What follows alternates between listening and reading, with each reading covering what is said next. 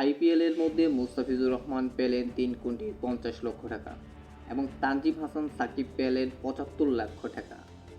এবং অনেকেই ভাবছেন যে এটা কি সত্যি আইপিএলের অপশন শেষ হয়ে গিয়েছে বা চলমান অবস্থায় আইপিএল ফ্র্যাঞ্চাইজিগুলো তানজিম হাসান সাকিব এবং মুস্তাফিজুর রহমানকে দলে বেরিয়েছে কিনা। প্রথমে বলে রাখা ভালো যে এটা হচ্ছে সম্পূর্ণ কৃত্রিম বুদ্ধিমত্তা দিয়ে তৈরি করেছেন রবিচন্দ্র আশ্বিন। আমাদের দেশে বা আমাদের ক্রিকেট পাড়ার মধ্যে দেখা না গেলেও এটা হচ্ছে অস্ট্রেলিয়া কিংবা ইন্ডিয়ার মধ্যে সচরাচর দেখা যায়। এখান থেকে বোঝা যায় যে বাংলাদেশ ক্রিকেটটা কত উন্নতির দিক দিয়ে টেকনিক্যাল দিক দিয়ে পিছিয়ে রয়েছে।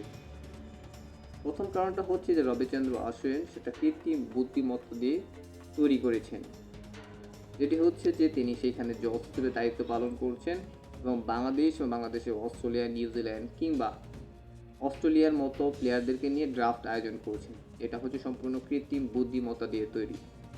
সেখানে দলগুলো কেমন পজিশন, কেমন প্রাইস দিয়ে কিনতে পারে সেটার একটা ধারণা বা এক্সপিরিয়েন্স সেখানে তুলে ধরা হচ্ছে।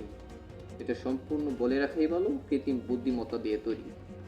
অনেকটা দেখতে সরাসরি বাস্তবিক মনে হলেও সেটা হচ্ছে সম্পূর্ণ ফ্যাক্ট, যার কারণে অনেকেই ধরতে পারছে না। অনেকেই মনে করছেন যে এটা সত্যি আয়োজিত হয়ে গেছে আইপিএল 2026-এর নিলাম অনুষ্ঠান, কিন্তু সেখানে এখনও আয়োজন হয়নি। কিছুদিনের মধ্যে আয়োজন করার চেষ্টা হচ্ছে আইপিএল নিলাম। এটি ছিল সম্পূর্ণ এআই দিয়ে তৈরিকৃত একটি প্রজেক্ট।